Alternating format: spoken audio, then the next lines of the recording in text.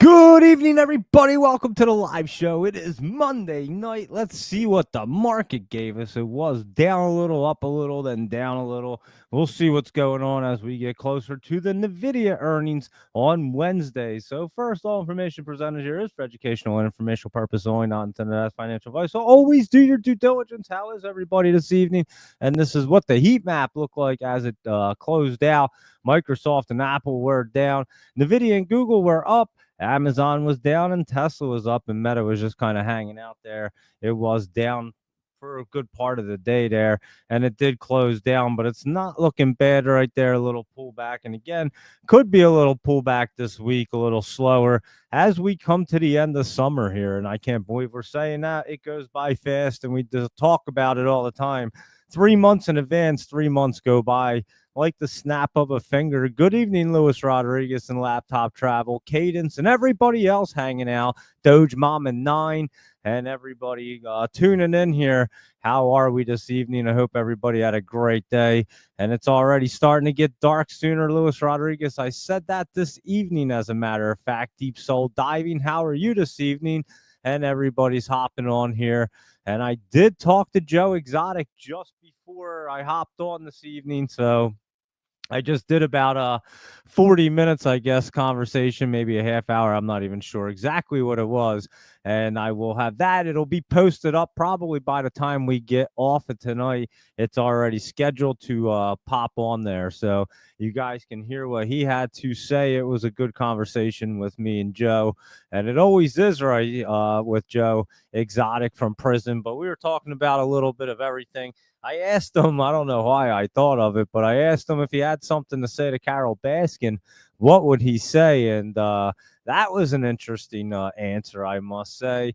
And then we were talking about prison life and talking about people in prison and things of that nature. So we were just all over the place. But of course, we talked about the White House contacting them and everything of that nature. So go ahead and listen to that conversation, that interview. And like I said, it'll be up around 10:15, 10:30 this evening when we're hopping off the show. You can just go right ahead and check it out. So I have that scheduled to come on. So was just talking to him, got it all edited and popped it up there. So you guys can enjoy that. And I do think Joe's going to get a pardon pretty soon. It sounds like the White House is definitely in touch with him and actually called him today and asked for his records and everything. So that's usually probably a good sign. But like he said, he's excited, but he doesn't want to get his hopes up in case something does not happen. But I'd assume if the White House is contacting your prison and asking about you, it might be a good sign. So anyway, you guys can check that interview out. It was a good one. And if you still didn't hear the last interview that we did, I'm telling you, you have to listen to that one. It's absolutely insane. And it may, I'm not saying it is, it could be the reason why the White House has contacted him. We were talking about it in this conversation and saying, we had a conversation, put it out there, and he just started tweeting everybody and tagging me with these big names. I talked about it before, but the director Kash Patel and Eric Trump and Donald Trump Jr. and the real Donald Trump and everybody else in there. He was tagging along with all these big accounts, and then you'd see Dougie Fresh Pick, and it was pretty cool. I'm not going to lie. And I told him, keep doing it. I'll keep tweeting it out. And I'm not sure if they did see that interview, to be honest. It was a good one. I listened to it again today, just kind of getting ready for talking to him. And I'll tell you what, I've listened to it multiple times. It just flows well. And it's got a ton of information. It's just one of them interviews that's just crazy. It just catches your attention. And yeah, and I could listen to it several times. That tells you something, because I don't do that, especially with something that I've done. It's hard to like listen to your own voice and go back and analyze things, but you sometimes have to do it. I can listen to this thing, that interview, that last one, with no problem from the beginning to the end. It just goes, it flows, I'm telling you. And there's just so much crazy information. It's just a really good interview, and just a conversation. Also, I won't even say an interview. It was just a great conversation. So check it out if you haven't, and we'll get through the market and see what's going on there, Doge Mama 9 and everybody else. The futures turned red right there, Luis Rodriguez, and Bitcoin is pulling back, and it is at what, 108. The stock cube says Ethereum's at 43.25. Solana back to 186. It was in like the 218s last night, so took a pretty big dip right there. And our Ripple's actually at 286, which has also pulled back. I know Cardano pulled back. It was around like 86 cents, and it's coming up right now, and it's at 83 cents. So it pulled back even further right there. And you can take a look. We'll see what crypto's doing first, but there you go.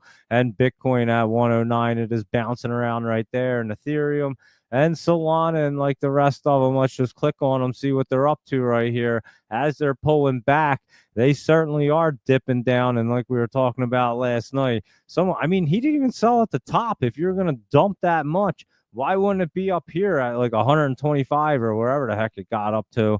And what was it? Yeah, like 123 around that range, 124. I thought it got up higher. 124 right around there. Why wouldn't you be dumping it there instead of the other day when you're dumping it and it's in like the 118s? I mean, they're still up there, but still, that kind of just brought it all down. It became like craziness, and everybody started selling Bitcoin and everything else and pulling it back. And we talked about it last night. And obviously, somebody did Strategy and Metaplanet collectively control 651,448 Bitcoin, worth $72.6 billion after a surprise $367 million buy. That's absolutely insane, guys. That's crazy amount of Bitcoin. And yeah, that's what's happening. And there are these big old ones, big like Strategies and Meta Planets and other ones that are accumulating it. But yeah, so it could be a rotation as well. You're not kidding. And Luis Rodriguez. But yeah, I don't think it's going to be bad. Let's look at Ethereum right here, hitting the 20 right now, and does look like it's going to come through and come down a little further. Solana's got the exact same look, but we could see that one bounce back. We'll look at it and see what's going on and what's happening with Ripple's under the 20, and looks like it's bouncing back down. So they could just be getting set back up for sure too. And Doge took a nice little dip right there, pulling back a little. And how about Cardano right here? And that one is pulling back as well. And here's your Stellar XLM dipping down, and Chainlink right there is dipping down to the 50. That one took a nice dip down to 59, down to 23.36 right there. So that one's dipping as well. And let's see what else Optimism's doing, because it wasn't very optimistic today. It was down 7 cents right there. So let's look and see what our ETF is doing. Obviously, if you have crypto pulling back, that'll be pulling back. It's at 682,000 market cap, so it definitely did pull back as crypto is. I mean, there's not much that you're going to do with crypto. Solana and everything else is pulling back their ETF or Luis Rodriguez. So that's what it looks like at the moment. We'll have to see what's going on with that.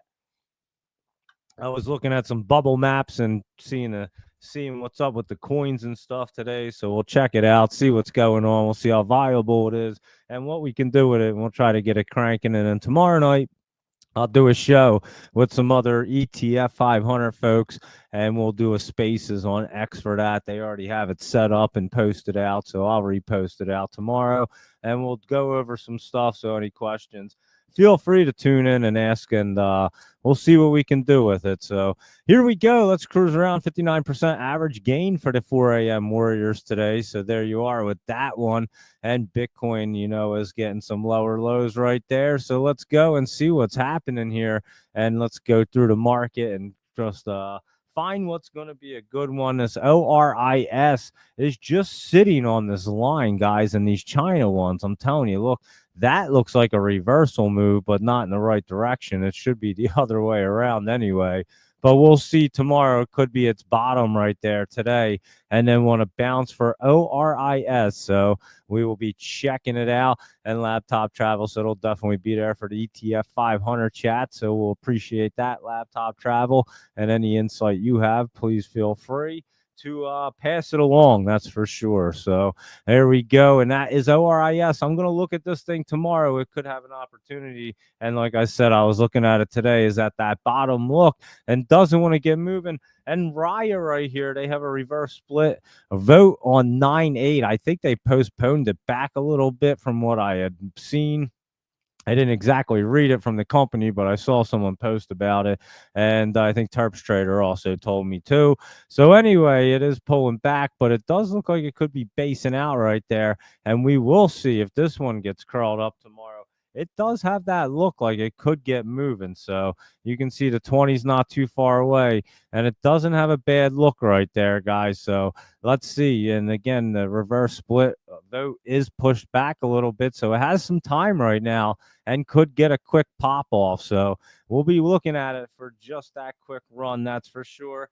And how about these reverse splitters, GIBO? We went over it last night, recently reverse split, and it did run up a little bit today, as you can see. So that one was cruising. Let's see if it wants to cruise some more tomorrow. It could. I mean, it's not a definite right there, but it could run up a little bit more for you. So keep an eye on that one right there. GIBO. And QH is reverse split today. As a matter of fact, we hadn't looked at it for a day or two. It was pulling back and not looking right. That's probably why, because it was coming up to the reverse split. But if you want, keep an eye on this thing tomorrow, because it very well could be moving. It says it's moving in the after hours right there for QH, and it does look like it. That's not exactly right, though, because that has it from the 5 to the 520. It's not showing the reverse split, so I won't even look at it. It should change itself tomorrow. And that does happen every once in a while there. It didn't pick up the reverse split. Anyway, QH again, reverse split today. Look at it tomorrow if you want to check that out. IXHL was cruising today and not looking bad here. So might want to watch this one. Another one that had run up there before, pulled back, and now it's setting up. As you can see, it ran up pretty well before. We knew it was. And now you're going to get that 20 curling up, and you might get a 2 run back to its highs up here, because it was up here at, what was it, $1.60 something. And I think it will get cruising up, and it will get to at least like that $1.40 area probably. So that's what it looks like. It should get right through that 200 right there and cruise, and that's IXHL. So we'll keep an eye on that again for a little run up. It looks like it wants to have that momentum. And this one we talked about last night. I threw it on the list, said it was looking good. I said I didn't even know what it was, but Laptop Travel, look at it tomorrow morning. And there you go, guys. BAFN, Bayfirst Financial Corp, and it was running up today and looking pretty good. I don't know if you guys checked it out this morning, but it wasn't looking bad. I know that. And there you go. So that one was popping up, and I happened to see that on the scanner yesterday. No idea. It's a regional bank one. Never heard of it, but it did look pretty good to me, and it ran up today. So there you go with that, BAFN. And we do like when we find them curling up like that and they're on the scanner and they grab our attention. They generally will run. Open was way up. It was running around today like crazy. And let's see what Open Door is going to do. But it did run 521 to 587, and it's at 453 right now. You could have some pullback right there, and it also could try to bounce back up a little higher. I don't know, though, but again, we had it like down in 50-cent range, guys. We were so early on Open Door, it wasn't even funny. And now it's like becoming like a cult meme, some kind of stock. People are saying it's going $80. I'd play it up, and it popped up there, and then I would catch the dips on it and catch it back up the next time is what I would do personally. But there you go on Open Door, OPEN. That's open right there, and that was a pretty good one. And how about QMCO? Because this one didn't look too bad today. It's trying to crawl up along with some of these computer hardware ones. They're not looking so bad right there. So let's take a look at QMCO. And there you go. And like I said, not looking so bad. It did jump up on the 20. It opened and closed right around the same price, but it did jump up there, got a little bit of flatness. But let's take a look at the other ones and see what the other computer hardware guys are doing, like RGTI. And don't they have something happening here? I think they just got a contract or something. $10 billion reasons to buy this quantum computing stock now. And I'm pretty sure they just this is the greatest ever. RGTI Rigetti Computing Inc.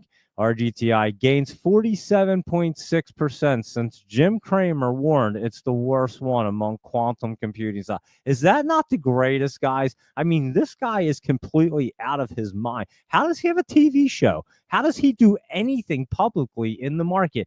Everything he says is completely wrong. It's absolutely insane. Does he get paid to lead people the wrong way? I'm beginning to think that it's so bizarre, guys, that this guy is so clueless. And he used to be good. I used to watch that show, Mad Money, and you're talking years and years ago. That guy's been on for a long time.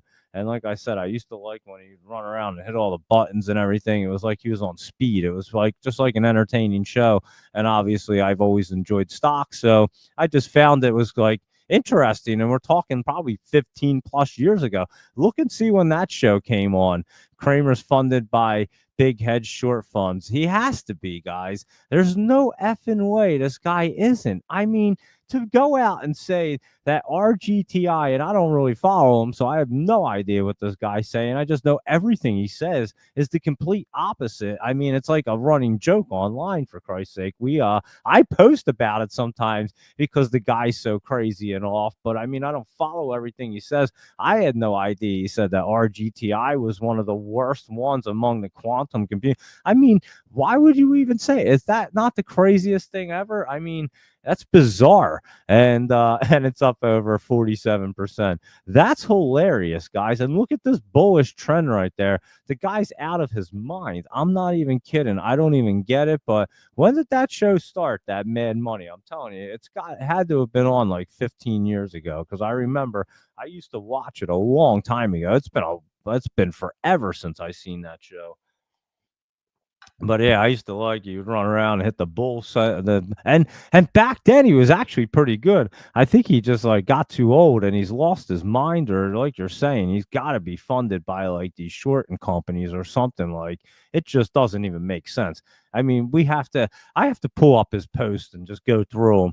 Sometimes I see them and it'll say something. It started in '05, so there you go. Yeah, it's like over 20 years old. I figured it was. I was going to say 20 years ago, but I didn't want to be way off. But yeah, so I think I used to watch it. I don't know if it just started, but I remember watching it like back in the day. I mean, it was definitely over 15, and the booyahs have taken a toll on him. His better judgment. That's so funny, Luis Rodriguez. And yeah, he would like run around the studio like a maniac, pushing all these buttons, and all kinds of stuff would be going crazy. And I'm telling you, he was pretty accurate back then, but that was 20 years ago. And the booyahs have booyah'd his brain like right to mush. I have no idea, but maybe he is getting funded by shorters, because he has to do it. Since he does it publicly, he does it for charities and stuff. I don't even get it. He was a former hedge fund manager. I do know that. And then he stopped, and now he trades for charities or whatever, but he has his own paid service. I don't even know, guys, but I just know that is the funniest headline right there to be on FinViz. I have to say that. It's like a headline for news that they picked up, and it just like crushes Kramer's reputation. But again, I mean, it's like a running joke online. Everybody knows the guy's terrible, and he used to be good. I'll say that. And I don't know what happened to him, but I guess it's time for him to retire, because that is crazy. Unless he should just say, "Hey, I just like him to go down, so anything I say, just don't listen to me, and the stock will go down," because it's wild what he says. Or just do the opposite of what he says, obviously. Anyway, here we go. And that's RGTI. And let's look at the rest of these computer hardware, guys. Quantum computing, this one's getting set up. They're all getting set up right here. And as we said last night, and we've been saying, they have a little setup period happening right here at the end of the summer. So nothing real crazy. QUBT, well, that is QUBT. So QBTS is D-Wave Quantum, and this is trying to get set up. Watch out. It could level down a little bit right there and get a better opportunity as it's getting set up. And let's take a look and see what QTUM is, the Defiance Quantum ETF. It looked like it was trying to set up right there. It does still have that chance to curl up right there and even hit up here at like 95. You're at 93 and bounce around to get set up right there. So that is your ETF and IONQ. It did look good last night. It was trying to run up off Friday. And again, trying to look at these things over a weekend on Sunday nights is like virtually impossible. It's just like a coin flip for almost everything. You have no idea what it's going to do. They leave it like that all the time. They had great momentum on Friday, but they just didn't hold it today. That's for sure. It opened up not holding it up, and it started to turn the futures. As we were on the show last night, they started to get red because before I started, they were green, and then they got red there. I remember Michael Anthony saying it towards the end. But anyway, let's take a look and see. IONQ could have a little bit of pullback as it's setting up. And the Z space will be a pretty decent one, and another one just getting set up. So just be patient with these guys if you like your quantum ones, which will be good. RCAT not looking bad. This one could continue up a little bit tomorrow. That is an aerospace and defense, and some of them are looking pretty good. We'll just look at Lockheed Martin real quick. That was back up. Remember, it was dipping back down. It ran up Friday, pulled back. And it does look pretty good to continue up. You see your 20. You might have a little bit of pullback right there this week. But yeah, Lockheed Martin LMT, not bad. NOC, I think, was like topping out right there. Yeah, it's pulling back. And we'll see what it wants to do. You could have a little bit of pullback.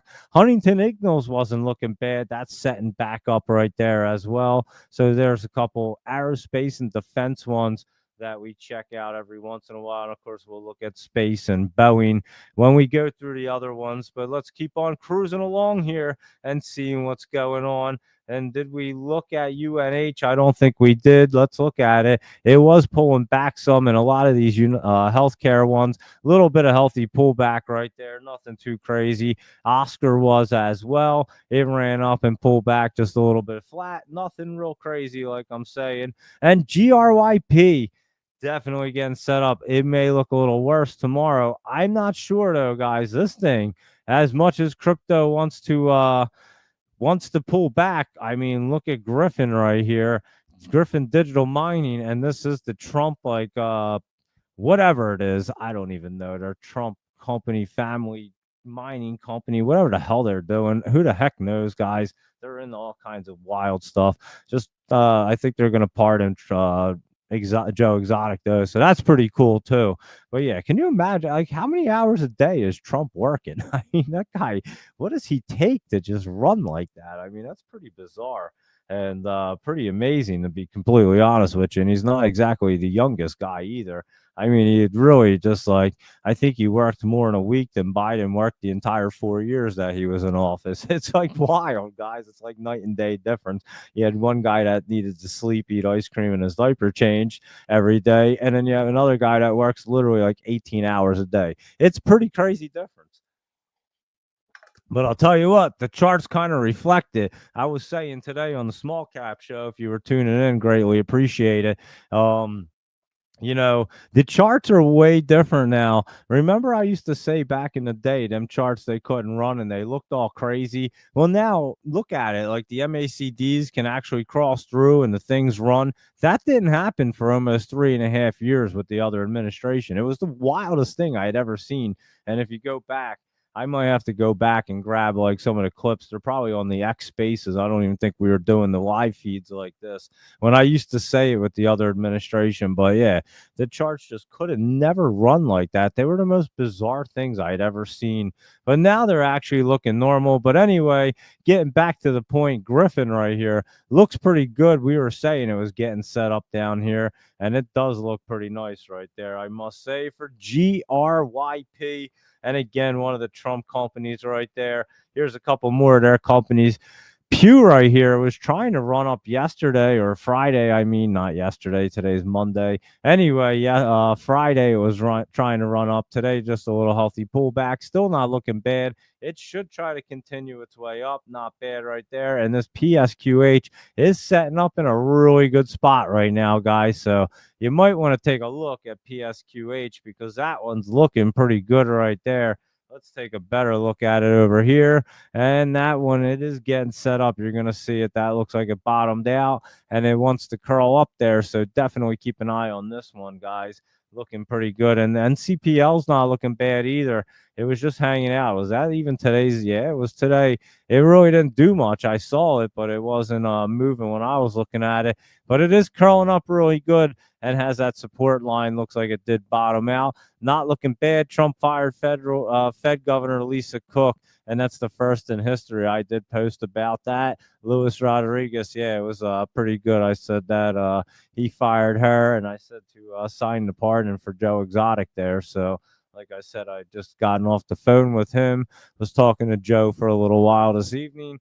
And here we go. Let's keep on cruising. But yeah, he did fire a Fed governor. It's pretty wild. And it is a first in history. I did see that. And how about that gush, guys? Remember who somebody did say that oil and gas was looking good. I forget who said that, but somebody did mention this when it was pulling back there. And there, what do you know? I mean, gosh, is running up there. Wow. Whoa, that's crazy. Oil and gas, something going on.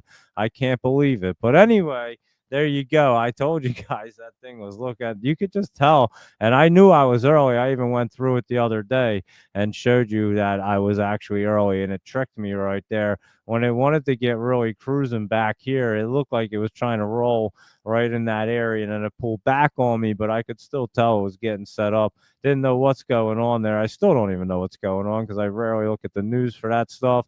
But anyway, oil and gas looking really good. RBNE was trying to run up, and another one just getting set up. And I did happen to look at this one, and it's looking pretty good as well. TMDE right here, guys. So you might want to check this out. Another oil and gas one looking pretty good. So if anyone knows what's going on with oil and gas, let us know. I have no clue, but I knew it was getting set up, and we can just jump right ahead to these guys because look at Oxy looking good. We talked about that, and ExxonMobil, guys. So like we mentioned, all of them. And you know we were early on them because I was telling you that they were setting up, something was going on, and I still honestly have no idea what's going on here. So Buffett increased his Chevron. Oh, Chevron was looking good too, and Buffett increased his CVX. I was trying to remember what it was right there, but yeah, that was looking pretty good too. I did see that crawling through, so that's why it was looking good because Buffett increased his Chevron stake right there. Is it a smarter pick than ExxonMobil? I'd say they're both not bad at the moment. That's for sure. So there you go. But oil and gas, something's going on. Buffett's buying it right now. And I've been saying it for a couple weeks. You guys know that. And I even mentioned yesterday exactly where I was a little early, where it tricked me up. It happens sometimes, but I was very confident it was getting set up. I knew that. Anyway, let's keep on cruising, but that's oil and gas. So definitely keep your eyes on that sector. OCGN right here, as we mentioned, is getting set up even more and wants to run up. BMNR looked great last night. I mean, crypto looked way better as we were on. And then I went to bed, and I went to bed pretty late because I was doing some work. And then it was still looked great, but I woke up. So within like 4 or 5 hours, something happened because it was all dipped down and looking kind of crazy. And it did pull back some more. And I figured that these guys would not run today, and they did pull back. But they looked great last night when we were on up until pretty late at night, and then all of a sudden they pull back. So unfortunately, that was the case with BMNR, SBET, and them guys right there, UPXI. And this one looked like it really wanted to run. I mean, it looked like it had some great momentum. And then, like I said, Solana did pull back right there. So that's what happened to them guys. SBET, the same situation, and pull back, but still getting set up, still looking good, and not bad right there. Mobileye right here had a little pullback today, was trying to run up the other day, just a little healthy, and should be cruising along. EONR, Deep Soul Diving, what's that doing? And that thing is climbing up. You're right, looking pretty good right there, hitting the 50, not bad. And let's take a better look at our EONR. That is looking pretty good right there. So might want to keep that on your watch list. EONR looking pretty good. Deep Soul Diving. And let's keep on cruising right along here with Ample. That did pull back today, and that is that Money Mark one. And he was not able to make it on the small cap show, and the Godfather was on vacation. And Ben, I hope Ben's feeling better. He just had some procedure done on last Monday and still recovering from that. And as a matter of fact, I've had that same procedure, them surgeries. We were talking about it on the small cap show, and we both. It was kind of bizarre that when I was 9, I got hit with a baseball bat right across the nose and broke my nose. Had a deviated septum. It like was pretty wild. It was an accident. And he said that when he was about 10, he got hit with a ball and broke his nose and had a deviated septum. I've had multiple surgeries because of my nose, because of that. And yeah, I still have a deviated septum. I mean, I've had like 2, 3 surgeries, and it's hard to fix one of them things. So it's what bothers me and my allergies and everything else. But anyway, he did have the same issues, and I do understand it can be it can bother your sinuses and everything like that. And then I get hit in the head real hard. That really helped everything out. But anyway, so Ben, I guess, had the same kind of issues as well. I had no idea, but he had a procedure. He's saying it on the small cap show, so I'm very familiar with that. Yeah, that's not an easy one to recover from. But not only that, to like just have to speak. So, and it was just us two and Wolf on there because Emp just had a baby. So congratulations to Emp. He posted a pic of his little daughter, and she is absolutely gorgeous, just adorable little girl there for Emp. So Emp's a great guy. And so yeah, congratulations to him. So it was a small cap show, and I tried to carry it for Ben because I know he was hurting there. You could kind of tell, and it's hard to breathe and everything else. It's not an easy surgery. So anyway, hope Ben's feeling better, and he'll probably be recovering a little longer, I'm sure. But he was on today talking, so it sounds like he's on his way to recovery. So that's good to hear. Ben's a really good dude, and he is the guy that runs our Discord. That's for sure. The story trading. So hope Ben is feeling well, and let's keep on cruising along here. So if you didn't hear the small cap show, you can check that out. It was pretty much me and Ben talking today, and Wolf kind of chiming in there, asking a few questions. I thought it was a fun show, as a matter of fact, a little bit different.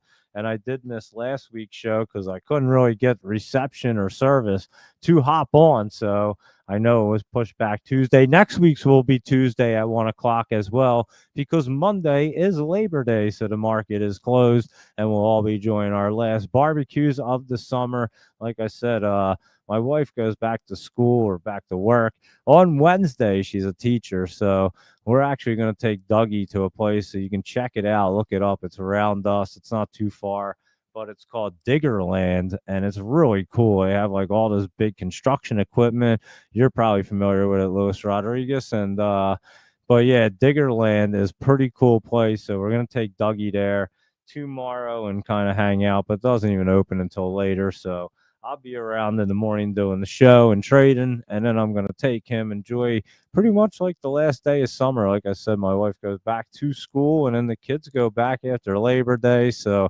trying to get them ready and going to bed a little earlier and getting used to it, because it's summer is winding down, guys. How crazy is that? And as you mentioned, Luis Rodriguez, it's definitely getting darker earlier. It was like 8 o'clock and it was starting to get dark out there. I do not like that. I like it to be dark at 9 o'clock, or staying late until 9 o'clock, I mean, and then start to get dark. I just enjoy it way better. But anyway, what are you going to do? We're going to be entering our fall and then our winter, and then we'll come back to spring and summer again. They happen fast. But in the meantime, we'll have to crush the market while we're all enjoying our fall and winter. So you know it's going to get wild. I'm telling you guys, this market's setting up to get crazy. We know it. And it's going to be a good time. So let's roll through and see what else is going on here. Good old Lulu was pulling back. That looked like it wanted to keep some momentum. And obviously the whole market was kind of pulling back, but it's still setting up. They have earnings back in September 4th, or on September 4th. So like a week or so down the road. and we'll check that out, Lulu. But it did look like it wants to run up, and maybe it'll pop back up tomorrow. And again, this week's going to be one of them weeks where you can catch some pretty good opportunities on the pullbacks here, and maybe even to next week as the market is slower. People are taking off Labor Day, the last week of summer. It happens every year, so I expect it to always be slower, and then just see what's going on. And again, it needed to pull back, so it's a perfect time for it to do it. And Apple Oven here was running up. We looked at this last night, and this looks like it should try to get up there to that 470 at least. It ran up another $9. It was running up pretty significantly on Friday as well. So APP not looking bad right there. Hertz was pulling back a little bit. Not too bad. Just looks a little healthy off that support line. So Hertz should get set back up and run up a little more for HTZ. And Adobe right here was trying to move up, hitting the 50 right there, and looks like it wants to continue up. Maybe you'll get a little bit of pullback right there as your 20 curls up, but that one's not looking bad either. And that one has earnings on September 11th right there, so a day that nobody will forget. And we went over these two last night. Remember, I popped them onto the list right there. How about that win? I would say that was a win today because it was up over $4 right there. Check that out. Wynn Resorts, we talked about it last night. And how about Deckers right here, up over almost $4 as well. It was like $3.90 something, but yeah, that thing was cruising along right there. DECK, and not looking bad. So there was two of them that we had on the list from last night. RR, Rich Tech Robotics. We talked about this on the small cap show. Ben was talking about it, and the chart does look really good right there, I must say. And it looks like it wants to continue up. And I think these robotic companies are going to look good. Like I said, UPS is completely revamping their company with robotics, guys. Robotics are going to be like every single company. So especially every single company that has people trying to do something, they're going to try to change it with robotics, because guess what? You can run these things 24/7. They never need a vacation day. They keep running. They may break a little bit, but you have a tech come in and fix it, and you have one person overseeing the whole operation. And then boom, you can run these things nonstop.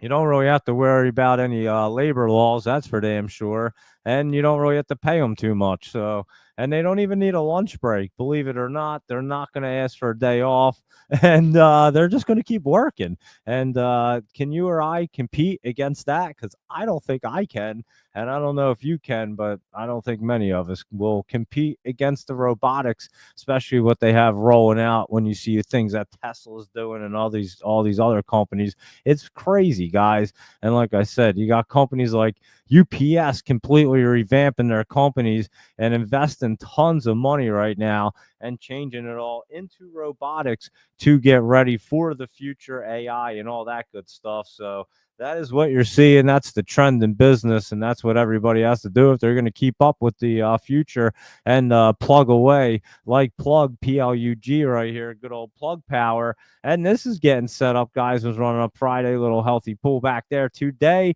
Keep an eye on it. It's not looking bad right there for PLUG. So that's the one that I saw today, trying to set up for us. If I could type it in, but it does look like it's trying to crawl through there at the moment. So keep your eyes on plug right there. And this one took a giant dip, guys. EPIX, I don't even know what it is. ESA Pharma, it's a biotech company in Canada. And this thing took a massive dip down here. Not exactly sure what was going on. It also bounced back, I think. Well, I don't even know what it was doing. I checked it out today, and I saw it, and I was like, well, we got to keep an eye on that thing. Let's see what it did. It opened at 50. Yes, Friday, it closed at 191. So today, it obviously gaps down a lot, opens at 50. It runs up to 99. It gets down to 22 at some point and closes at 23. So right at the end of the day. And the dividend, it was halted. Chris Bates says, I just looked over, and that thing was crazy. I'm telling you, look, there's the dividend right there. I don't know what the heck was going on, but it was completely wild, and we'll keep an eye on it. So I'm not familiar with it. And today it says ESA Farmer Inc. clarifies NASDAQ due bill trading for previously announced cash distribution. I actually clicked on that and I still didn't know what the hell they were talking about, so I won't even click on it again. But I think they had like some oh man, what the heck were they even talking about? Maybe they purchased a company and they had some. I don't even remember, guys. To be honest, I looked at it because I didn't know what the heck it was talking about, and I read it and I still didn't even know what it was talking about. And that's why I tell you, I'd be terrible at doing fundamentals in the stock market. So I don't even know what I'm reading half the time, and it's kind of bizarre. And I wasn't that bad at reading before, but like I tell you, I get hit in the head pretty hard. So that just affected how I read, I guess. But anyway, we'll keep an eye on this thing and see what it wants to do right there. And BZAI right here, good old Blaze Holdings, is looking pretty good. Talking about it in the Discord there. We were talking about it on the Discord, on the BZAI on the small cap show as well. And this thing does look pretty healthy to try to run up there. So keep an eye on that. EPIX had a special 1.69 million dividend, and so everyone jumped in for that, and it got halted around 9 a.m.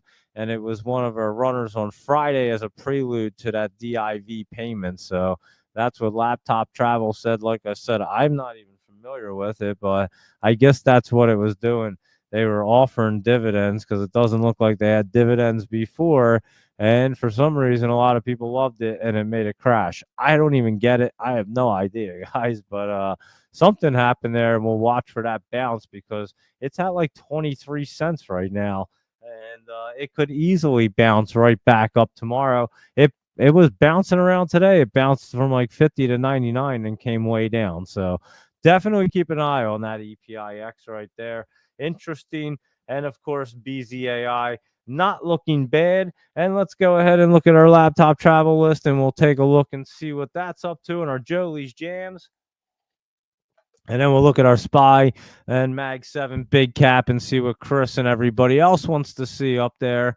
And we'll go ahead and look at them as well. So here we go. AGMH, I did see that on my list, and it was running up tonight or today, obviously, and not in the after hours, but it had been running up there, and it does look pretty good right there. AGMH, and that was one we were looking at before. I know that AGMH right there.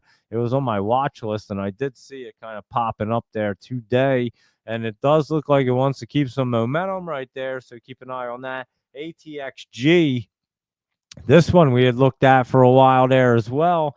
And this thing looks like it's trying to run up there and get set up. So it does look pretty good for ATXG at the moment. And let's look at CTOR. And like I said, Laptop Travel changed his scanner around a little bit.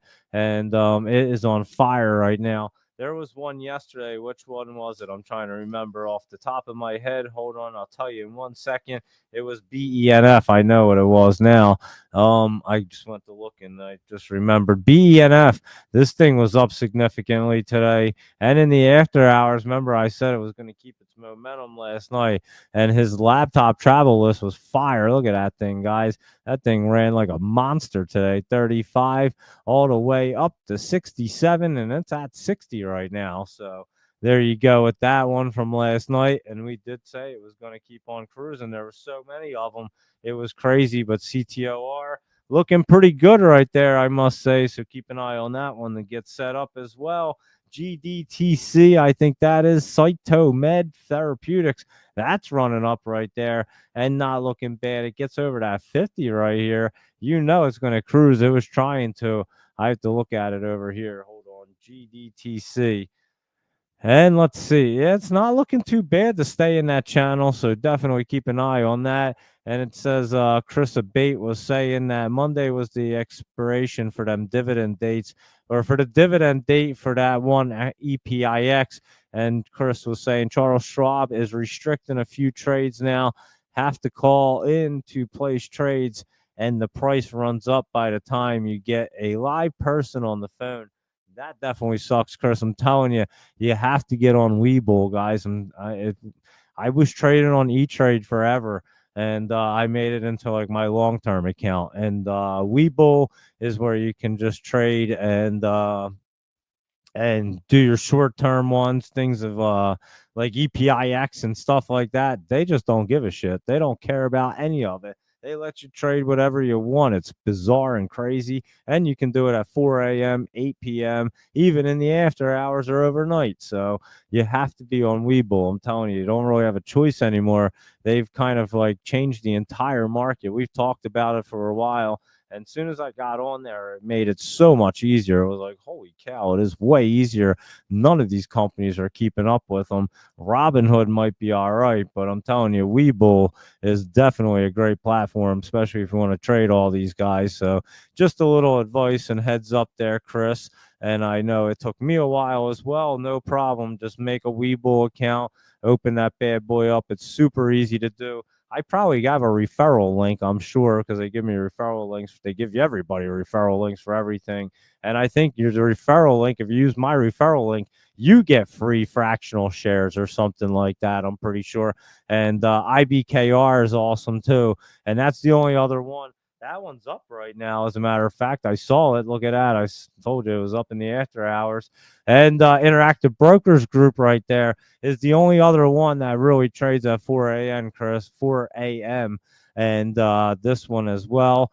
And I know a few people, Deep Soul Diving, said it's awesome. And people do use this one as well, but I do use the Webull. And it's definitely way better. And like I said, I'd always use E-Trade. I've been using it for like 20 years. And it just sucks now. It just they just haven't kept up with the times. I don't know what the heck they do. Just doesn't even make sense how Webull can be so good at 4 a.m. and none of these other companies can do it.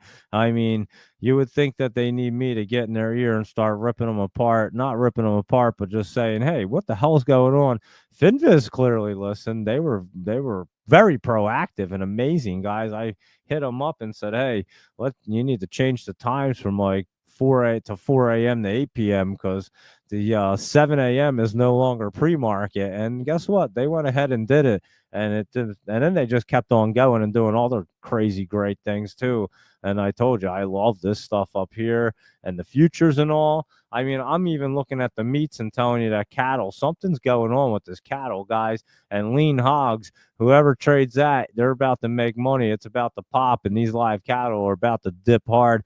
I don't know what's going on there, but that's what's going on. I can see it happening there. So I'm sure our cattle prices are about to get affected. That's what it looks like to me anyway.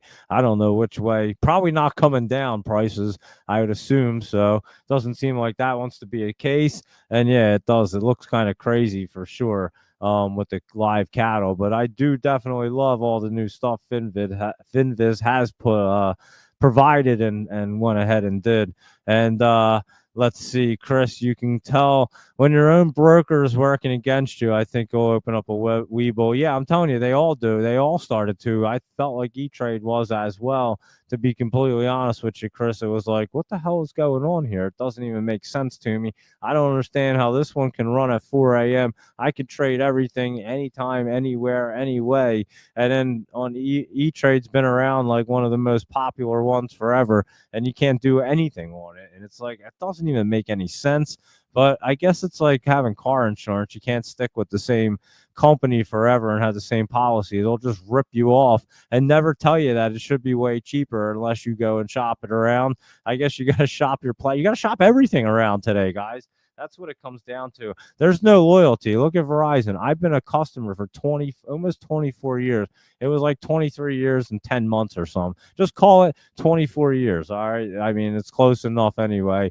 It's insane. I've had the same phone number for 24 years. That's why, I'm not going anywhere. And, and so I've been so loyal to them. And here I leave I go 3 miles over the border. I mean, you can't tell me that the thing, and honestly didn't grab the cell phone tower until I got into Buffalo, like for a couple, like probably 15, 20 minutes later. I even turned off my phone and turned it back on.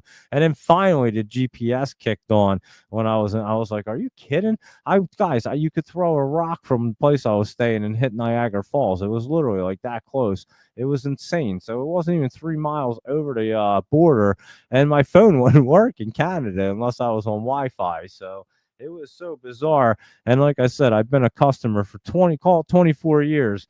And so I call up and I'm like, yo, can you guys help me get this thing figured out? Because I just don't understand how it can't work. And everybody else in this house has a different carrier, and every one of their carriers works. And Verizon doesn't work. And you guys are supposed to be like the best. And then they like that. It's just crazy. Yeah, the lady's nice on the phone, but she's like, "Oh, let me put you on hold and see if I can look into it." And like 10 minutes later, they come back and they like tell you this it's nonsense. It's like they're just wasting your time. I told her, I'm like, look, I already reset the phone. I turned off and on the airplane mode. I did this. I did everything you could possibly already do that she was going to already tell me to do. And I'm like, so can I just talk to your manager or supervisor? Because I'm standing in Canada and I've been a paying customer for almost 24 years. So I think I have a little bit of clout, and they should probably drop what they're doing and come talk to me because I've been a loyal customer for that long, probably as long as everybody added up for the work years that is in your department right now, to be completely honest with you. So I should get the courtesy to talk to somebody halfway important. And no, an hour later, guys, I'm still arguing with this lady trying to get somebody on the phone. And she's like, no, I got it. There's nobody. Don't tell me there's no super. So you guys are just running around the goddamn department with no supervisor or managers watching what your productivity is. I find that hard to believe right there. So don't tell me that nonsense. Like, I don't know how that runs. And yeah, so don't give me this nonsense that there's nobody to talk to. There's got to be somebody. And yeah, for 45 minutes to an hour, I'm in Canada and I'm arguing. I'm like trying to get somebody on the phone. I hang up. Nobody wants to help me. So I tweeted to the CEO of Verizon and at Verizon. And guess what? It was literally minutes later. Yeah, they contacted me back via X. And I bet if I didn't have a following, they probably wouldn't even have cared. But since they probably saw that I had halfway decent couple people follow me, they're like, oh shit, we better respond. And then yeah, some guy Anthony hits me up, and yeah, he was great. But then by that point, it was like he had no clue. He's like, everything that they should have told you 3 hours ago, it's honestly not working. He's like, I really don't even know why. He's like, well, I'm sorry they wasted your time, because he's like, it was this simple. They had to tell you to do two things, and then that was it. And it was like, yeah, I'm like, oh wow. He just like, I sent him a screenshot, and the guy was like, oh yeah, just do this. He's like, they should have told you that from the get go. And so for 45 minutes to an hour, I have to argue with this lady, and I still don't have a supervisor on the phone. It's up until when I have to complain on online social media that finally someone contacts me back. So yeah, they don't give a shit about you, and they could care less about how long you've been a customer. As a matter of fact, I'll probably cut this clip and I'll make it a little Verizon clip for them for online social media presence, because it's ridiculous, guys. I mean, we get treated like this and we're paying customers. They just don't give a shit about anybody or anything anymore. And then we talked about Heinz. We'll go into this too. I said I'd talk a little bit about Canada, and I was discussing last night and mentioning how, like, just for example, Heinz ketchup, and I know they do make the one without the corn syrup, but it's like pulling teeth to get it at your supermarket. And yeah, so every other place in the world, they know how to make ketchup without corn syrup, and that's the number one ingredient in our ketchup is like corn syrup. And so they serve it to American people without even thinking twice, because the profit margins are so large on it. They could care less that it's the worst thing in the world and it kills people. They could care less because the profit margins are big.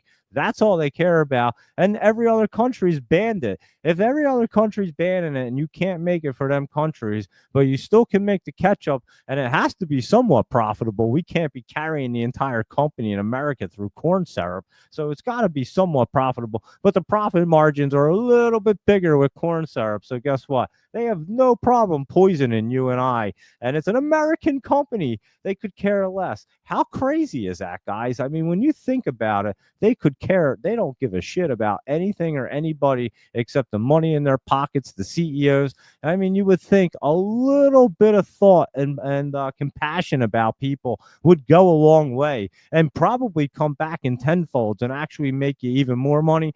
Nah, let's go the corn syrup way and just poison people. So everybody has like diabetes and just are like out of control overweight. And guys, do you know how hard it is to keep that weight off when you're eating corn syrup and everything? everything. It's impossible. It's like trying to get off a crack. It's wild. It's so concentrated, your body can't even process it or even know what's going on. And I told you I had to cut back. I cut out soda and chocolate milk, Hershey syrup, and all that stuff. And I'll tell you what, you could definitely tell the difference. And then you go over to Canada and you drink the Pepsi over there, and it doesn't have corn syrup in it, guys. And guess what? It was like drinking Pepsi from like 15, 20 years ago. The ketchup tastes like 15, 20 years ago. The candy tastes like 15, 20 years ago in America. Everything tastes like it was 15, 20 years ago in America when we were growing up. And it's just bizarre to me that these companies just honestly don't care about anybody. So where's the tipping point where like these American companies say, you know what, maybe our profit margins are a little bit bigger because we use corn syrup and paprika in Doritos instead of red 42 or whatever the hell that dye is called. That's what they do. They use paprika in Canada. I was looking at the ingredients. They don't use any paprika in our Doritos. Paprika is perfectly fine. Red dye stuff is not okay for us, guys. It's not even allowed in other countries. And yeah, I'm sure paprika costs a little bit more than that red dye. But guess what? Who cares? Can you just not give us all that red dye and just put the damn paprika in our goddamn Doritos and make people? I mean, Doritos aren't even healthy to begin with. And now you're going to put all this stuff in it, red dyes and everything else. So, yeah, it's crazy, guys. So every time you eat anything like that or a piece of junk or candy or anything, just know that these companies are more than happy to take your money and try to kill you and just to put the money in their pockets. Just remember that at the end of the day, they couldn't care less about your health or about anything. It's all about their profit margins and what they can produce in their pocket. So yeah, and then look at these CEOs and what they get, these paychecks and these bonuses and stuff. It's bizarre, guys. It's so wild. So don't tell me that they can't throw 100 grand back into the company and probably eliminate all the red dyes completely because that's your profit margin. But no, they don't give a shit. So just remember that, guys, because I thought about it while I was at Canada. And again, we were going through and just looking at all the different ingredients, and I'm telling you, and trying different foods. My daughter was having a blast with it, and I guess the kids love that stuff. It must be online, like a social media type thing. And me just being a chef and just liking food and just understanding health, and I mean, we all should. It's crazy. It's just night and day difference. And I don't understand why they want to jeopardize everybody's health just for that couple extra dollars. It's just so unethical and so crazy. So yeah, everybody should be concerned about it and bringing it up. That's for sure, and being aware of it. That is absolutely 100% sure because it's crazy. I'm telling you, just go to another country, eat the food, and then come back and eat our food, and you'll go, "What the hell are we even eating over here?" It is so crazy. It's that crazy of a difference, guys. And we brought Doritos back. We were eating them last night, and I'm telling you, they do not even taste like the Doritos. I don't know what the hell that red dye is. But how does it alter the food so much? Like, it's so weird. I'm telling you, it is so weird. So that's just a heads up from Canada. And I was telling you that last night. And again, it just blows my mind that these guys just don't care. Like, who are these companies? Who owns Doritos? Procter and Gamble. I don't even remember who owns these companies, to be completely honest with you. But yeah, I have to jot them down and we'll look into it because we'll start going through their stock charts and looking at them because holy cow, it's crazy.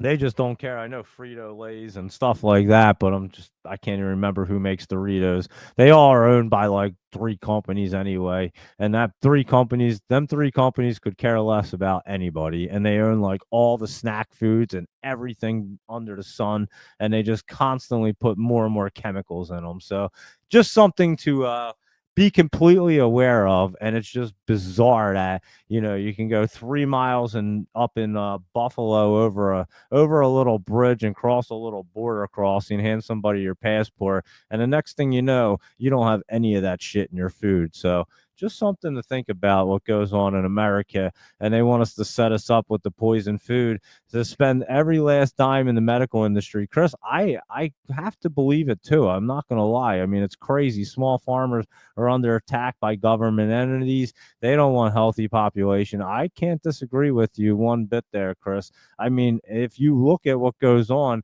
it would clearly, I mean, the medical profession is huge. It's a money maker, that's for damn sure. It's subsidized by government, and they all work together. And then obviously, I mean, they could put an end to all this crap. Isn't RFK? He's trying to do it, but these lobbyists are fighting back, and they don't want to do it. And again, they have the profit margins, and then at the same time, I wouldn't doubt if you have these medical companies as lobbyists. I mean, the pharmaceutical companies and them guys, they have the biggest, deepest pockets for lobbyists. So it wouldn't surprise me if they were like, hey, we need more corn syrup in our food. And they're fighting for it. I mean, how the hell does that shit get into our food in the first place if nobody's really fighting for it? Who the heck's fighting for corn syrup to be in everything? It's like literally the number one ingredient in all of our food, and it's bizarre. So yeah, just something to be aware of. And you're a tinfoil hater, huh? So that's pretty funny. Or hatter, you said. I thought it said hater. Maybe it does. I don't even know. But anyway, deep salt diving. Let's go back, and that's my little rant on our food. I know I mentioned it last night as well, but it's just mind-boggling to me. And again, it just comes down to the fact that they clearly don't care about anything but their profit margins, and they obviously yeah, it could be the medical profession. Who the hell knows? But it's just not normal. Let's put it that way.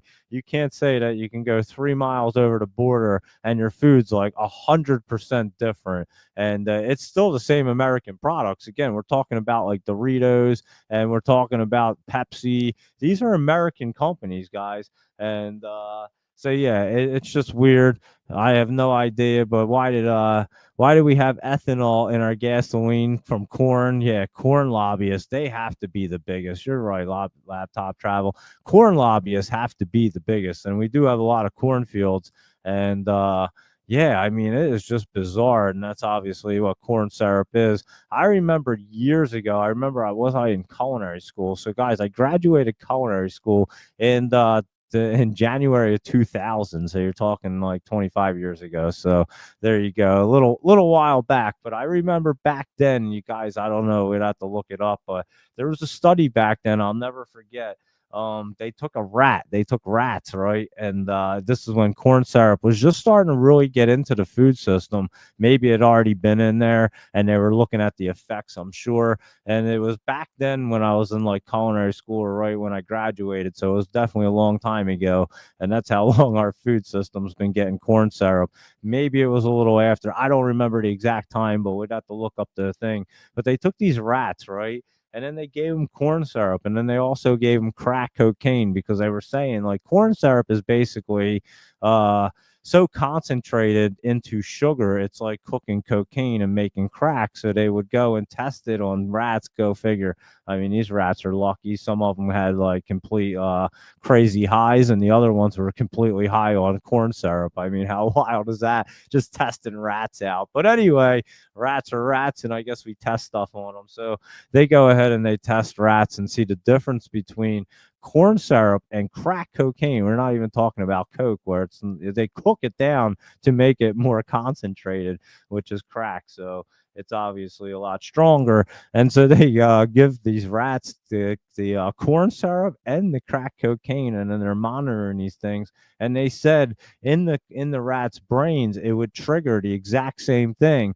the corn syrup would as the crack cocaine, and every single one of them, it would be the exact same results. And they're like, wow, that stuff's so concentrated that it like has the same effect as crack cocaine. And then this was at the very beginning, guys. I'm not even kidding. When they first started really putting corn syrup in our food, and just figure they already knew that this was going to happen. Like they already knew that corn syrup was as addictive as crack cocaine. That was the study, and to see how bad it was. And they immediately realized it was not good. And yet 20 something years later, or however long ago, it was a really long time ago, they're still putting more and more corn syrup in food. So they've known about it for that long, and I'll never forget that study. And it might be one of the reasons why I've really tried to stay away from like junk food and stuff. And again, I drank soda, but that is no longer um the case. I stopped drinking that, and I'll tell you what, it feels great to not be like addicted to soda and corn syrup. That's the thing, you get addicted to it. I can definitely tell the difference between just wanting something and being like addicted to it. And like I say, we're adults and we know. Just imagine what kids, I mean, they just are kids, trying to live life, and you got like corn syrup and everything. They don't stand a chance. Like they literally just don't stand a chance. They don't have the knowledge about it to be able to combat it, but their brains aren't able to combat it. It's doing terrible things to their brains, and then yeah, it's just doing terrible things to their body. So they don't stand a chance. It's just like social media and then iPhones and tablets and stuff too. I mean, us adults, we're addicted to them, and we know how bad it is, and it's so hard to get off of them. So, like I say, how the hell are kids supposed to be not addicted to it? They don't stand a chance, and it just rots their brains away. But anyway, enough of that. But yeah, just bizarre corn syrup and crack cocaine, and somebody has to look that up. Again, that was a really long time ago. I just remember that study, and I just remember it was around the time I had been getting out of culinary school. I forget exactly, guys, but it was a long time ago. And I remember a corn syrup was starting to be in all the food, and they had done that. They did that little research and experiment, and I was just blown away. I was like, "Holy cow! Like crack's not good for you." So I can't imagine this corn syrup being good for you. And here we are, all these years later, and it is in everything now. So and if you walk around, I mean, I don't know how you can not be heavy. I mean, unless you're just completely active all day, every day, you eat this kind of food. It's just like everybody has like that round belly in this country. It's crazy. You can go in another country and pick out the American people. Like it's like that. It's a piece of cake. And yeah, I'm pretty sure they designed COVID to attack people like that, because look at our country. I mean, it's a pretty common theme if you walk around, or even like you just go to like an amusement park or anything. It's just like you see a lot of heavy people or overweight people. And again, it's just our diets are terrible, and it's hard to even buy healthy food anymore. Everything is just loaded with corn syrup and bullshit. So at the end of the day, you have to like struggle to get healthy food. But anyway, that's enough with that. And so there you go. And so yeah, crazy stuff. It is crazy. Crazy food stuff. I'm telling you, it's just bizarre to me. But anyway, let's keep on cruising through. We'll look at the market and see what's going on. I don't even know where I stopped with the laptop travel list, but I'll just run it right here with Hearty Hanks. I don't even know how I got into the Canada talk right there. But anyway, who cares? And this one looks really good. A conglomerate. It's a hard word for me to say right there, but I did pull it off somehow. And HHS isn't looking bad right there. I would say that's trying to get set up. And here you go at Hudi, HUDI, and that thing's trying to spike up and hit that resistance and should try to keep some momentum right there. I think we looked at that last night, if I remember correctly. Livewire right here is an auto manufacturer in the U.S. Not familiar with these guys. It's just a little bit of pullback. We'll have to let that one get set up right there.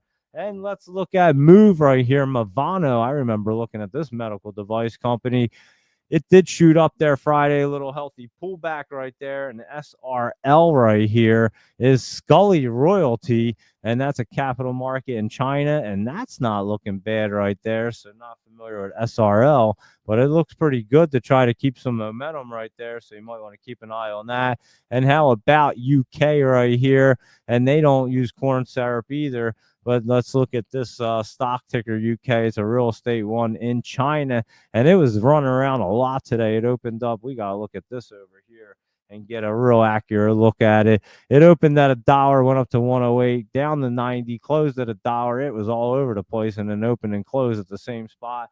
Really crazy movement there. I have to look at that one tomorrow. And ZJK right here. Let me type it in. And that thing is trying to curl up and not looking bad. So like I said, laptop travels list.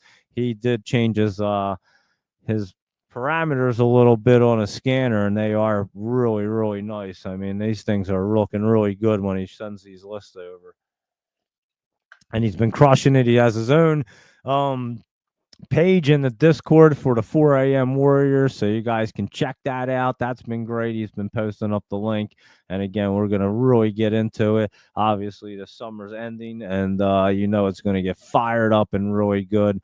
And we'll try to pick out some good ones here. But Laptop Travel's been doing quite a good job there, and even Ben had some bangers today. There were some nice ones. And so yeah, they're looking good right there. And I'll be posting a night note and keeping you guys posted on that as well. And Trump did fire Lisa Cook from the Fed today, and she is a DEI crook. CFS said, "There you go." So I like it. And yeah, how about all that DEI stuff? That's out the window as well. Oh, I forgot to tell you something funny from Canada as well. Here we go. I'll tell you a funny story. Then we'll go through our Joey's jams. But in Canada, apparently they don't like when you park the wrong way against traffic. I did get a ticket. I came back to one day and I was walking back and I was looking at the car. I was like, oh, it looks like something on the car. And yeah, I had a ticket on there. But the crazy thing is here, the cop, I guess, doesn't know the difference between an 8 and a B, and decided he typed it up wrong on the ticket, so it's not even a valid New Jersey license plate.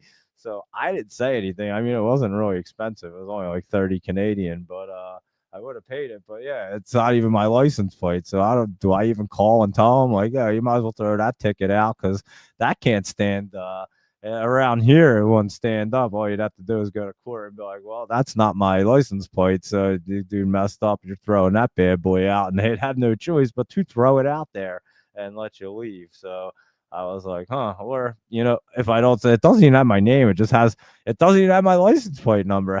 It's off by a letter. And, yeah, he messed up the one letter for a number, and so yeah, he didn't really see what was going on. So how funny is that? But I didn't even realize it. And my father-in-law, I was like, damn, I got a parking ticket. And he was like, what? And I was like, yeah. And he looked at it. He's like, yeah, but he wrote down the license plate wrong. I didn't even know my own license plate, and somehow my father-in-law memorized my license plate. So he was like, and he's looking at it, he's like, yo, he's like, it's not even the right license plate, so I wouldn't worry about it. I was like, are you kidding me? He's like, no, I know your license plate. It definitely isn't that. And I was like, how the hell do you know it? He's like, it is a weird license plate. I won't say it, but it just happens to be a weird set of letters, and it's weird. But yeah, it's bizarre. But I did get a parking ticket in Canada. So if you do go to Canada, don't park the wrong way against traffic. I was on like a little side street, and I am not used to that at all. I'm not gonna lie. In my town, you can park any which way. If you want to park like on your lawn, you pretty much can, because I mean, if a cop comes and gives you a ticket, they're going to get a big earful, and people will be yelling at them, the mayor and everybody.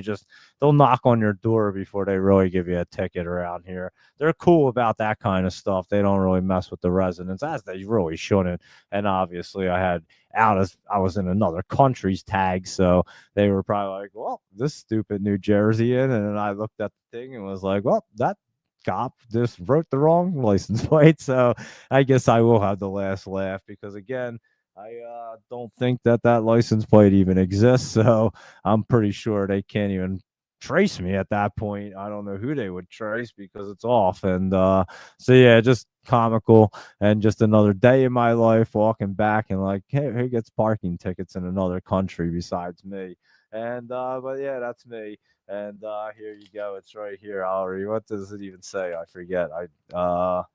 Stop, stand, park, facing wrong way. So yeah, it was what was it? It was like 30 something bucks or something. $33, I guess, in Canadian money. So that's like $25 in American. It's like nothing. But anyway, there you go.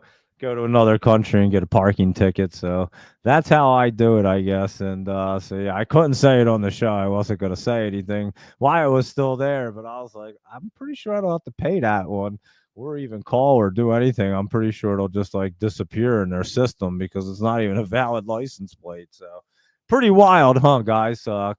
Another crazy, wild, comical story in my life anyway. And there you go. So the cop did make a mistake and wrote the license plate down wrong. So what are you gonna do?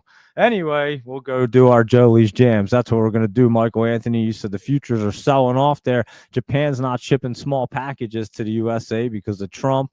And let's see, post Trump's firing, the USD is crashing.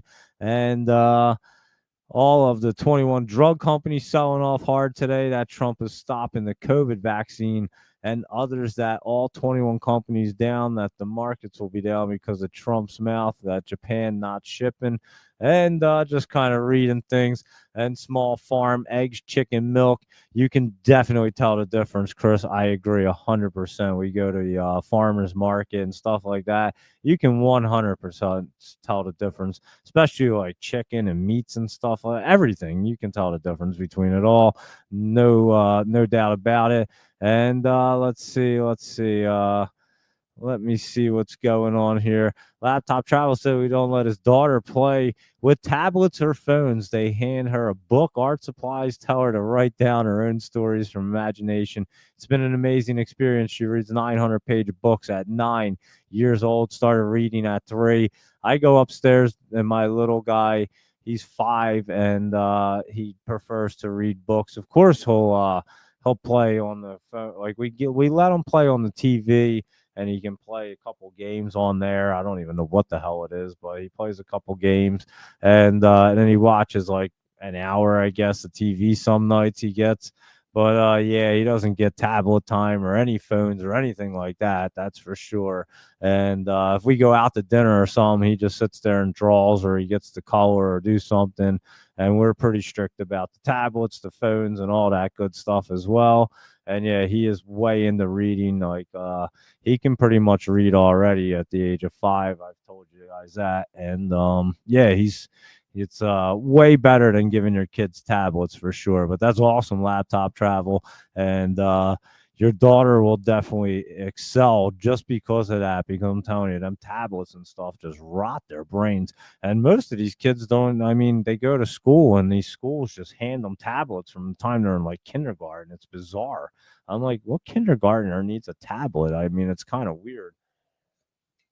So anyway, yeah, you really sometimes, unless you're like homeschooling your kids, sometimes you don't even have you can even send them to private schools and they still give them tablets. I mean, it's a little later than the public schools and not as often, but they still have tablets and everything. It's kind of crazy. I'd rather them not have them at all, to be completely honest with you.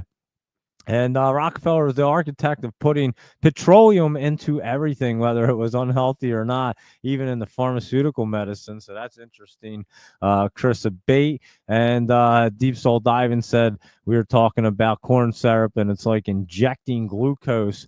And it sure is. I'm not going to lie. It absolutely is kind of like injecting something bad for you. That's for sure. You can tell the difference. Like I said, I was in Canada, and you can definitely tell the difference between the food supply than our American food. And these are American food companies just poisoning people nonstop and just don't even care about it. But anyway, they don't care one bit. So just have that in mind. And TST, that's awesome. Let me see. Deep Soul Diving was saying he shudders when he sees babies with phones and electronic games, and they're so hooked they don't even look around. I agree, Deep Soul Diving. It drives me and my wife pretty crazy. You see people handing their kids phones at like dinner and stuff. They have like headphones on. They don't even know they're at dinner, guys. They don't even know where they're at. They're in another world. Parents are trying to get a hold of them to like get the dinner order to ask them. You know they want chicken fingers anyway. But anyway, they just try to ask them, and like it's like they're like tapping the kid, and then just to get the kid to take the headphones off and stop looking at the screen, you have like half a meltdown for like 3 seconds because you're trying to ask the kid if they want chicken nuggets. We saw it the other day happen, to be completely honest with you. It is bizarre, and yeah, people are nutty. They give their kid, like, these kids are walking around with their own tablets and their headphones on, and the kids are like 4 years old, and it's kind of weird. But anyway, I guess the kids are quiet, that's for sure. And my kid's nice and quiet too, and he just sits there and colors and tells us stories and stuff. So I don't know. It's kind of weird to me, but anyway, I guess everybody parents a little different. And then when them kids are, pretty sissified, don't come complaining that your kid can't do anything because you sat there and gave the kid a tablet from the time it was 3 years old and never gave it a chance because, again, it has no communication skills. It doesn't know how to do anything. And that's like half of America nowadays, the younger generation. They're like, almost can't do anything. So, yeah, we got to stop doing that stuff to our kids because it's really, really bad for them. It makes their brains like mush. And so, anyway, here we go. Need to start looking at earnings like at the company's report before they open. You were looking at UNG tomorrow. What are they doing? The gas one, and this one's actually getting set up right here. UNG, that's an ETF right there, and that is going to get set up. And like I said, these gas ones, and this is obviously the natural gas, but they're going to set up because it's going to be winter time. So there you go with that. And here we go. We'll roll right through and see what else is going on, and then we'll look and see what the futures and everybody else is doing. Here we go at our Jolie's jumpers and good old Agrify right here. AGFY up $1.60, and it is looking really good right there. Cannabis sector looking really good, and Agrify looking pretty right there. I'd keep an eye on that one right there, and I'll just run through some of these. Tilray was jumping up, looking good today, and Canopy Growth was also up. And Curaleaf was running up. SNDL was running up as well. This one was moving too, so that's looking good into the top. So a bunch of them running up right there for the cannabis sector. And of course, our MSOS right there is the ETF, and that's looking pretty good to roll up. And again, you're going to see something go on. Weed crypto home builders are market's hottest trades right now. And I would say, well, that was August 13th.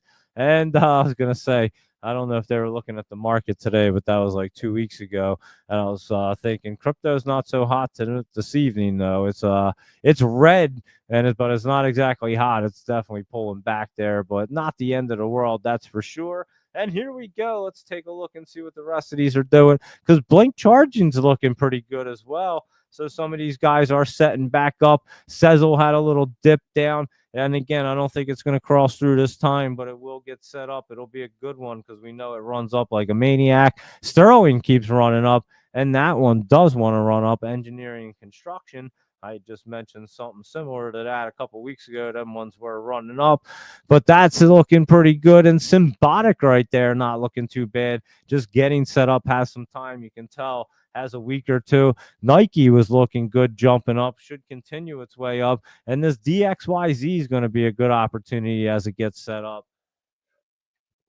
Don't they have something to do with SpaceX or something, laptop travel? I kind of forget, but I know we used to talk about it all the time, and it had run up pretty big. I remember that.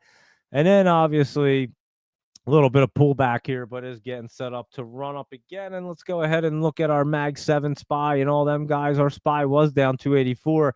It wasn't looking good it wasn't looking bad this afternoon. When we were on the small cap show, it was starting to look a little bit better.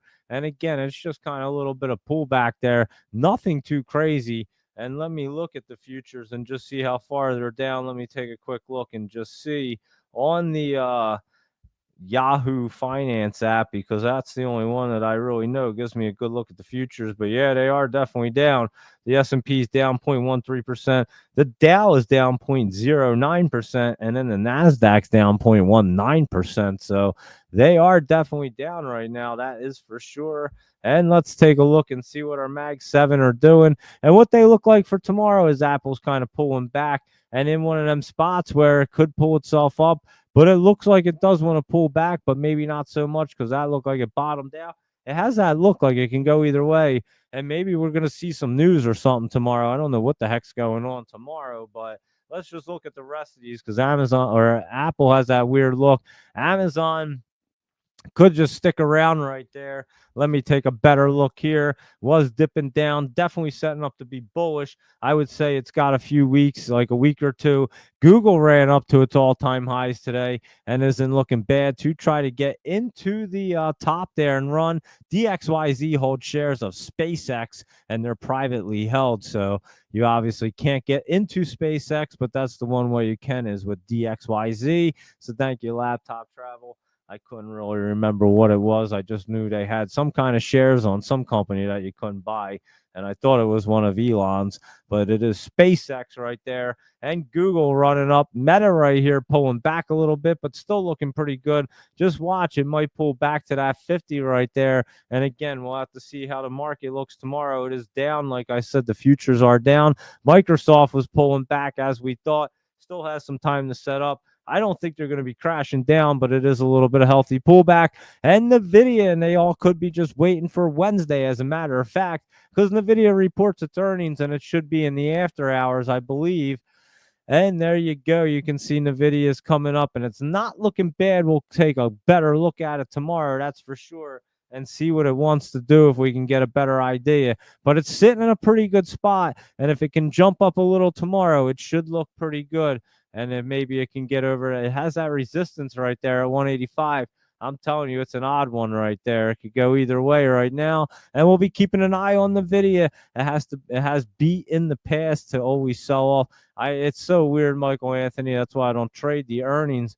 I just don't understand. They beat the earnings, it sells off. They miss earnings, the things pop like crazy. I just don't get it. I go based off the chart, and sometimes, most of the time, it's like a coin flip to me, or it does the complete opposite of what I think it's going to do. So I've chosen not to play with earnings because I just don't get it. And we can pick the rest of the market and play around them, and it's perfectly fine. Tesla's going up and has been looking good and will continue its way up right there. And here we go with the GameStop AMC. AMC not looking bad with a little healthy pullback. GameStop a little healthy pullback. Chewy was up and looking really good to try to curl its way up. And Unity's running up as well and not looking bad right there. Netflix, I'm telling you, this thing wants to run, guys. Netflix is looking great right there. So you got Chewy, Unity, and Netflix right in a row, 3 in a row on our list right there, all looking good for you. AVGO, let's look at some the semiconductors, and this is just getting set up, a little bit of pullback, but nothing too bad right there. Good old MU, a little pullback as well, still getting set up too. And TSM was up today, and that thing looks like it's trying to get bumped up there. We'll keep an eye on it. It looks like it's pretty bullish right there, so let's keep an eye and see. It might get run up there tomorrow. And SMCI is getting curled up. I don't think it's going to curl through just yet. I think it might have a little bit of bounce back, and then it gets set up to run. And again, they have a week or two. You can see AMD has a little bit of pullback in it to get set up, but it's going to be bullish. And that's why I was saying before, just be patient with these things. You could see that they wanted to pull back. You just couldn't tell how much or when. We knew it was going to happen towards the end of the summer, and here you go. So just stay patient, and we'll pick out the ones that look really good. QCOM getting set up, but a little bit of healthy pullback. We might see it roll off right there, so it could be good. And how about Snow right here? That's not looking bad with some good support, and I think that's getting set up. And they do have earnings coming up on Wednesday, right? The 27th is Wednesday with NVIDIA, so that'll be interesting for Snow and NVIDIA right there. Good old PayPal. If I just put 1L and put it in right, it'll come up. Had a little bit of pullback today, but another one getting set up, looking pretty good. And here is Intel. They have a deal with the government. I did see Trump said he wanted to have more deals with companies, which is a bad idea. I'm telling you, I do not like that. Intel right here, INTC, little healthy pullback. And it could even pull back a little bit more to get set up after that run up. Dell, that's where we are at. Good old Dell, and this thing is trying to get set up. And I said, wouldn't be surprised if he's trying to work a deal with Dell right there. IBM is getting set up. It did have some pullback right there. It looked like it wanted to continue its way up there from Friday. But again, they just pulled back today, so we'll have to keep an eye on it. Find that bottom on it because it is looking really good. Palantir looks like it bottomed out the other day right here. It's just jumping around. So keep your eye on Palantir. We'll watch that. But another one just setting up to be bullish. And Sophie was running up. So keep an eye on Sophie. It could keep that momentum tomorrow. Mara and Riot getting set up there, just down a little bit right there. You can see Riot trying to run up right here. And good old Clean Spark wasn't bad as it's getting set up. So they do have a little bit of time, and that's your crypto miners right there. And good old MicroStrategy right here is down and just pulling back, as obviously Bitcoin is pulling back and crypto is kind of pulling back a little bit. MicroStrategy is pulling back, and Robinhood, HOOD, a little bit of pullback there. It's setting up to get bullish, but it's not ready yet. So just let it pull back. And Coinbase is going to be a great opportunity. Check this out. It was way down today. I know it's getting set up right here. And another one. Didn't know if it was going to crawl through. We weren't expecting it to be honest, with the 20. You got to wait for it to pull it up, especially when it has the resistance up there. Let it make that resistance to support, and it will get cruising. So they do have some time to set up. And Webull right here is a little healthy pullback, nothing too crazy. And let's look at SPCE, good old space. And I told you guys, this one is setting up, and our aerospace and defense ones are looking pretty good. And this one is looking pretty good right there. So keep your eye on SPCE. And let's see what that Boeing's doing, because that was pulling back today. But another one is in a bullish state, and it just has some pullback, so it has to get ready to get set up. DJT pulling back, and obviously Fun pulled back with it right there. And let's look at McDonald's right here pulling back, and MCD does look like it could have a little more pullback, have to roll off. Disney right there pulling back as well. Was looking pretty good yesterday, I must say. And it does pull back. Oxy, we looked at, was up. And ExxonMobil was up as well. And we looked at that. And all the Bitcoin and the rest were down today. And that is for sure. So that is what's going on there. And NVIDIA never raised. The outlook could be the problem, or could be at the highs, and most of the time is overbought right there. Michael Anthony was saying, do you see the line on SMCI going to drop? SMCI not looking too bad. Again, this market is crazy, guys. It gets turned around. You can see it's going to curl right up there. Will it get through right here? It's not looking bad. SMCI just waiting for that 20. And I doubt you're going to see it even cross through past your 200. I would be surprised right there, Michael Anthony. It'll run up before it comes down like that. That's what SMCI looks like at the moment right there. And ASST right here, Ken Griffin took a 13.6 stake in the company for Asset Entities, ASST. And remember, we were looking at this thing not long ago. It had been recently running up, ASST. And yeah, we'll spike it up there. 450 to 687. It's at 537 right now. So there you go. And it doesn't look too bad right there. And there you go. So I would say they announced a 5-4 declared effective by SEC something merger with somebody on September 9th. So something going on right there. And anyway, that's ASST. And let's see what else is going on here. And we'll check out what you guys want to see. I don't see anything else right there.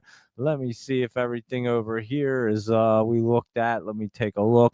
We'll look at our news stories real quick and see what's happening. And let me see. Tariff chips.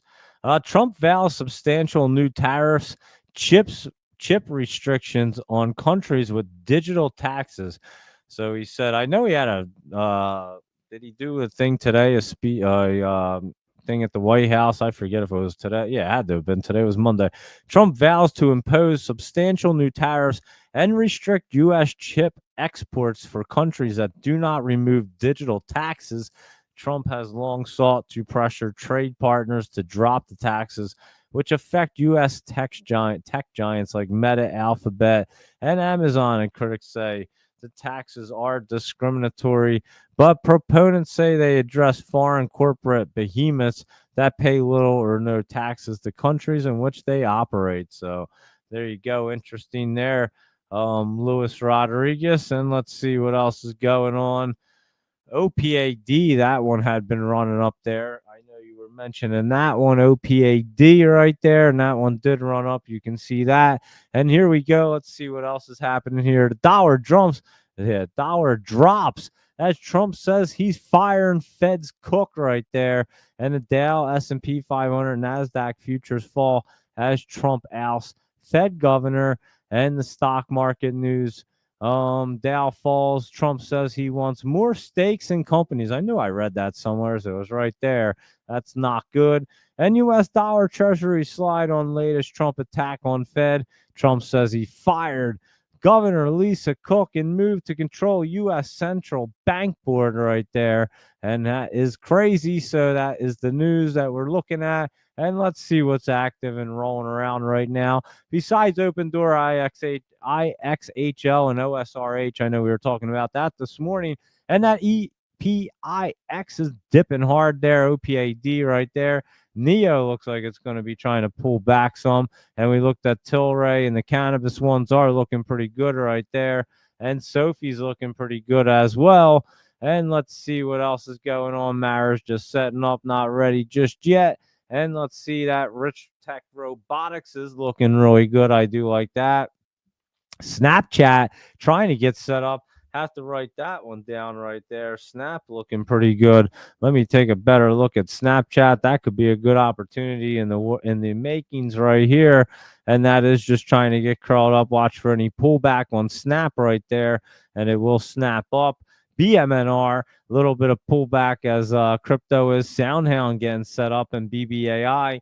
They just got a NFL contract. I just happened to see that today, guys, and I'll show you right there. I have no idea what it is, but this AI stock just snagged an NFL deal should you buy shares, and I did see that. SoundHound versus Big Bear.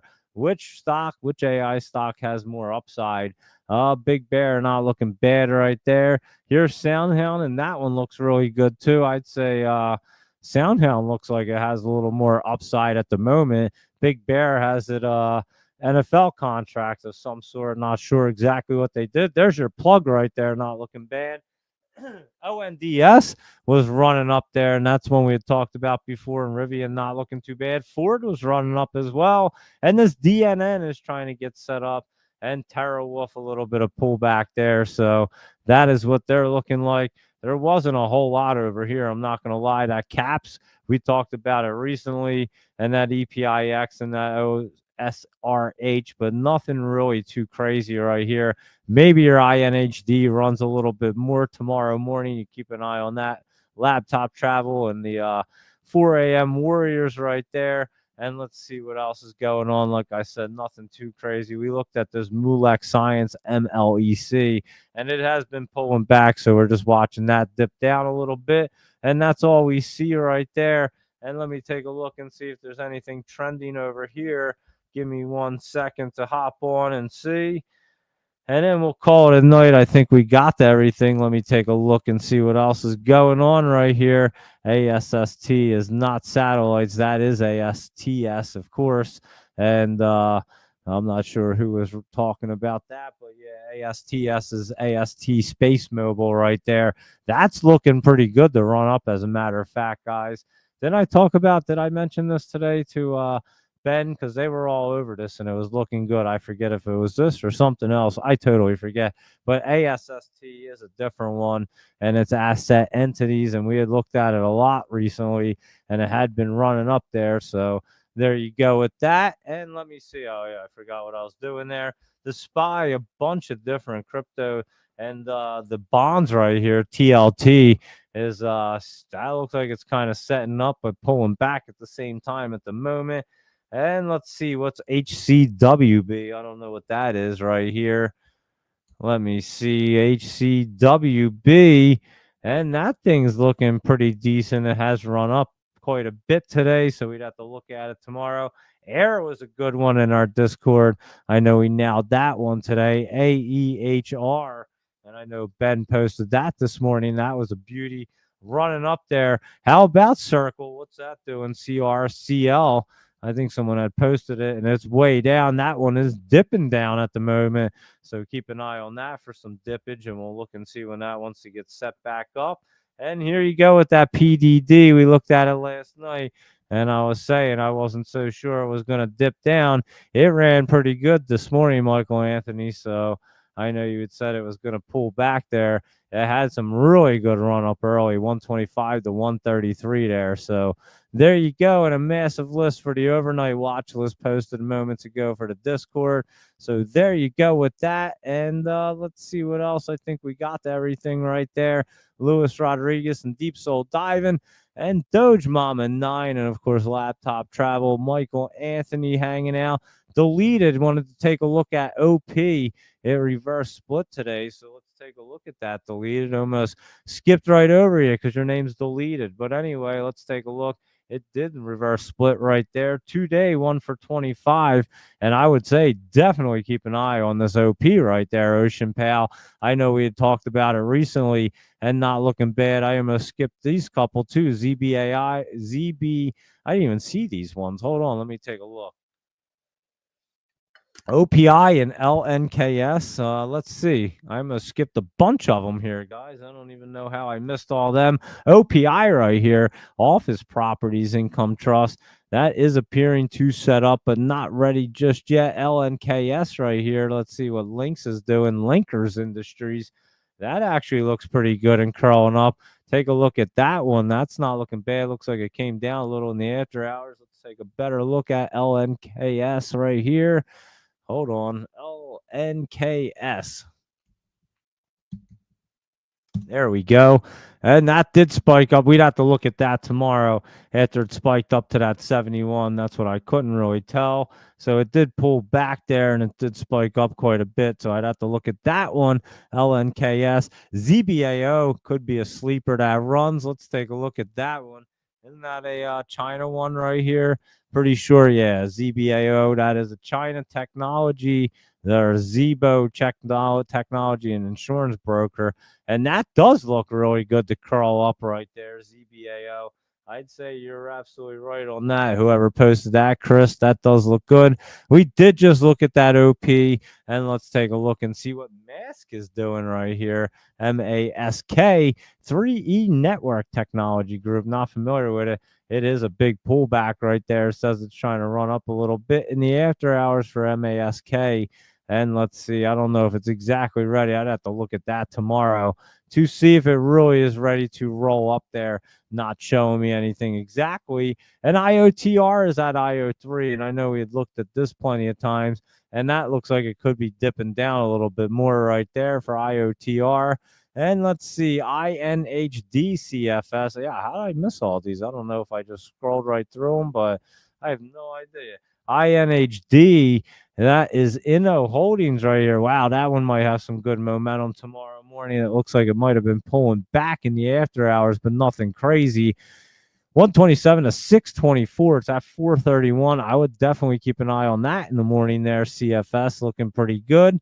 And let me see what else is going on here. What else we skipped here. ENVB. Did I even look at that? I don't even remember. ENVB. I think we did, and that is not looking. Maybe we didn't. I don't even remember, but that's not looking bad right there. Envric Biosciences creeping up there, and let's see what else is going on here.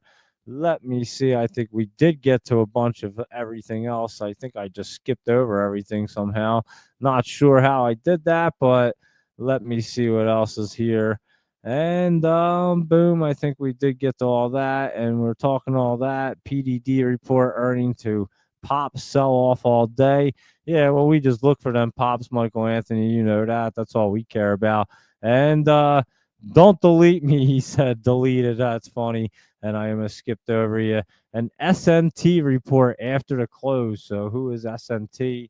We have to look at that, Michael Anthony, and just see who it is. I'm not even sure. Senstar Technologies, and you're saying that they report tomorrow. I don't even see the little earnings thing. It's actually looking pretty good right there, and I'm not sure if they're reporting or not, but it does look pretty good. It does say earnings right there, but not sure when it is exactly. And they reported after the close, possibly. I'm not sure what it is. Yep.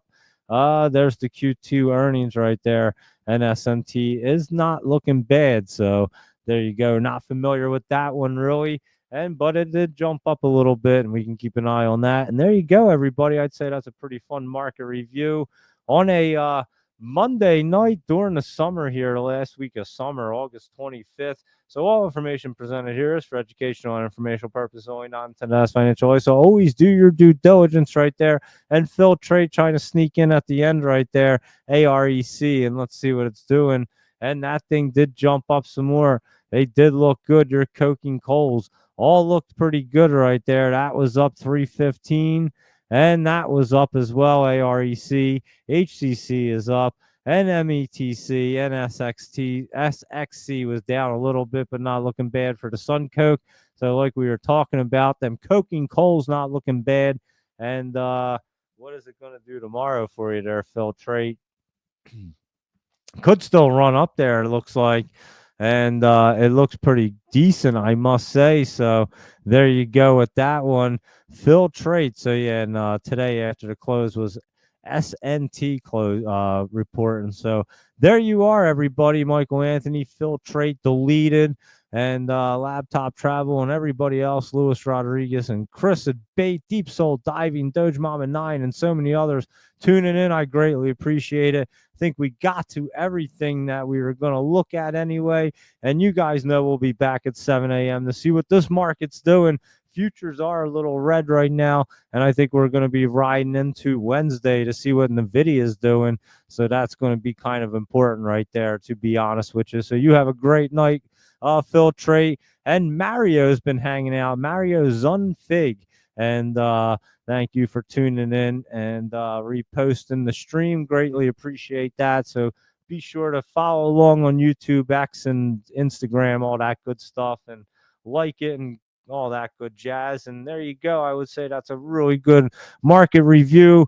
And of course, we'll be on at 7 a.m. We do our pre-market show, 7 a.m. Monday through Friday, and our night show we do Sunday night through Thursday night. What is it, 9 p.m. I was actually just trying to click over here to see. I believe the Joe Exotic one is up. Did I just save it or no? Let me look real quick. I don't even know what I did. Oh yeah, it is up there, guys. So go ahead and check out the Joe Exotic. Here, I'll post it up here. You guys can look at it really quick. Here's the link right here for the new Joe Exotic interview. So if you guys want to check that out, there you go. And yeah, I'd say that's pretty good. Which sector did look good today? Cannabis right there looked pretty good.